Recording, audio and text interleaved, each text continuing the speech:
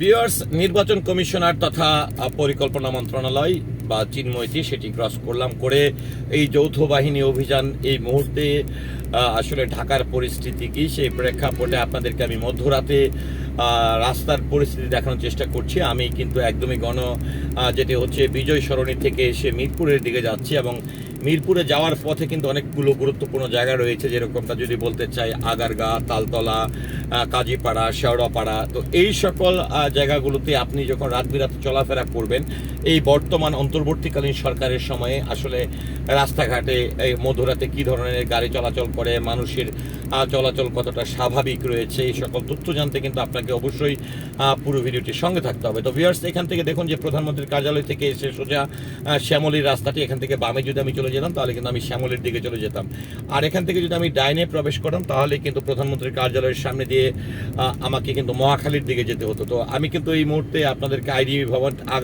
Agargaon metro rail স্টেশনটি নিজ ধরে আপনাদেরকে নিয়ে যাচ্ছি মিরপুর 10-এর দিকে।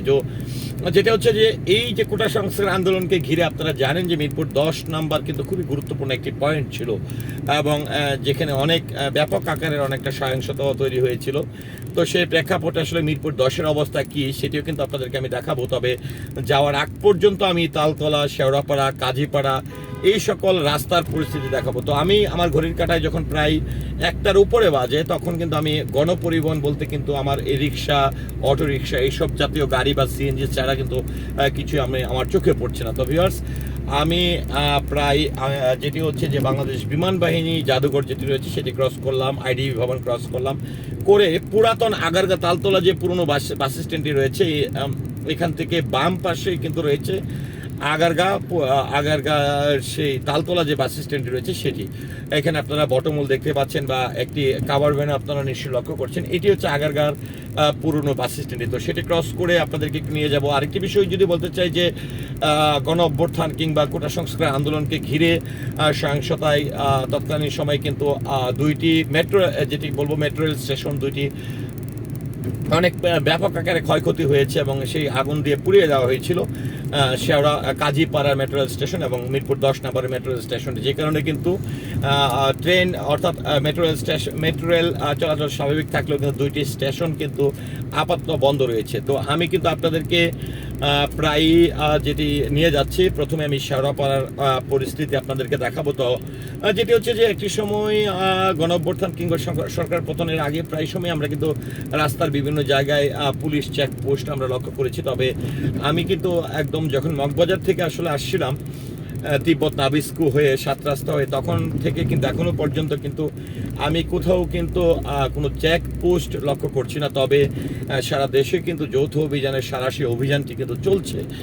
বাংলাদেশে গর্বিত সেনাবাহিনী, police, BGP, arm police, RAB, Ansar সবার সমন্বয়ে বিমান বাহিনী, নৌবাহিনী সকলে যৌথ প্রচেষ্টায় কিন্তু আসলে এই অভিযানটি চলছে। তা আমি কিন্তু এই মুহূর্তে শেওড়াপাড়া যে মেট্রো স্টেশনটি রয়েছে সেটি নিজ ধরে কিন্তু আপনাদেরকে নিয়ে যাচ্ছি কাজীপাড়া হয়ে মিরপুর 10-এর দিকে।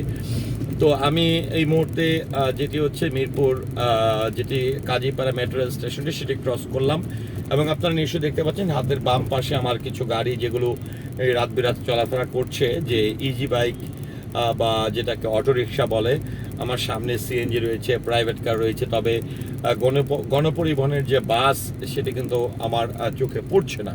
তো আমি প্রায় যেটি হচ্ছে যে কাজীপাড়া শেওড়াপাড়ার মাঝামাঝি যে ফুট ওভারব্রিজটি রয়েছে সেটি অতিক্রম করছে এই মুহূর্তে এবং আপনাদেরকে কাজীপাড়ার আসলে মেট্রো রেল স্টেশনটির এই সাইডটির অবস্থা কি সেটিও দেখাবো। তবে একটি বিষয় আপনাদেরকে একটু অবগত করতে চাই যে আমি দেখেছিলাম নিজেই স্বচক্ষে যে যখন আসলে কোটা সংস্কার আন্দোলন চলছিল তখন কিন্তু এই কাজীপাড়াতে একটি কিন্তু পুলিশ বক্স ছিল, সেটিও কিন্তু পুড়িয়ে ফেলা হয়েছিল, মিরপুর 10 নম্বর পুড়িয়ে ফেলা হয়েছিল। সেগুলো কিন্তু এখনো সেই অবস্থাতেই কিন্তু আছে। এখান থেকে আপনারা যদি একটু বাম পাশে লক্ষ্য করেন এখানে লেখা আছে পার্ট এক্স, এটি কিন্তু আসলে পুলিশ বক্স ছিল যেটি আসলে তৎকালীন সময়ে ভেঙে ফেলা হয়েছে কিংবা আগুন দিয়ে পুড়িয়ে ফেলা হয়েছে। তো আমি কাজীপাড়া মেট্রো রেল স্টেশনটি যেটা রয়েছে সেটি কিন্তু ক্রস করছি এবং একটি জিনিস যেটি হচ্ছে যে আগে যেরকমটা মানুষ হেঁটে হেঁটে চলাচল করতো বা রাত 1টার পরেও আমরা দেখেছি যে যে এই মহল্লার যে দোকানপাট রয়েছে বা ফলের দোকান রয়েছে, খাবারের দোকানগুলো রয়েছে, এগুলো কিন্তু প্রায় সময় আগেকার সময়ে আমি ম্যাক্সিমাম সময় দেখেছি যে এগুলো সচল ছিল বা খোলা ছিল। কিন্তু রাত 11টা-12টার পর থেকে কিন্তু এই যৌথ অভিযান বা এই কারণে কিন্তু আইন শৃঙ্খলা পরিস্থিতি বিভিন্ন বিবেচনা করে কিন্তু এগুলো রাত 12টার মধ্যেই কিন্তু বন্ধ হয়ে যাচ্ছে। তো আমি একদম আপনাদেরকে কাজীপাড়া ক্রস করলাম, এই মুহূর্তে ক্রস করে আপনাদেরকে 10 নম্বরের দিকে নিয়ে যাচ্ছে। আরেকটু বিষয় একটু বলতে চাই যে যারা আসলে গাড়িতে তেল বা গ্যাস ব্যবহার করেন তাদেরকে তালতলা থেকে তেল নিতে হবে। তারপরে একদম মিরপুর 10-এর আগে 2টি সিএনজি পাম্প আপনারা হাতের বাম পাশে পাবেন মিরপুর 10-এর দিকে যাওয়ার পথে। তো আপনারা গাড়ির সিরিয়ালগুলো দেখতে পেয়েছেন, সেটি হচ্ছে মিরপুর 10-এর ঠিক আগেই এটি হচ্ছে সিএনজি পাম্প। তো আমি কিন্তু আস্তে আস্তে আপনাদেরকে নিয়ে যাচ্ছি মিরপুর 10-এর দিকে। তবে হাতের বাম পাশে কিন্তু 10 থেকে যদি আপনারা আগারগা তালতলার দিকে যান তাহলে কিন্তু বেশ কয়েকটি সিএনজি পাম্প কিংবা গ্যাস পাম্প কিন্তু আপনারা পাবেন। তো আমি কিন্তু প্রায় মিরপুর 10 নম্বর যে চত্বরটি, এটাকে আমি অনেকটাই ঐতিহাসিক চত্বর বলবো, যেহেতু কোটা সংস্কার আন্দোলনকে ঘিরে এখানে মেট্রো রেল স্টেশনে আগুন দিয়ে পুড়িয়ে দেওয়া হয়েছিল, তারপরে ফুড ওভারব্রিজও পুড়িয়ে দেওয়া হয়েছিল। তো সবকিছু মিলে এখান থেকে আপনারা যদি লক্ষ্য করেন দেখেন যে এই যে পুলিশ বক্সটি ছিল মিরপুর 10 নম্বরের, সেটি ভেঙে দেওয়া বা আগুন দিয়ে পুড়িয়ে দেওয়ার পরে কিন্তু এখানে স্কেচ করেছে স্টুডেন্টরা, সেই অবস্থাতেই কিন্তু আছে। তো পার হয়ে কিন্তু আমি আপনাদেরকে এই মুহূর্তে দেখাচ্ছি মিরপুর 10 নম্বর। এখানে কিন্তু আমি পুলিশ, সেনাবাহিনী বা যৌথ বাহিনীর কোনো সদস্য আমার চোখে কিন্তু পড়েনি।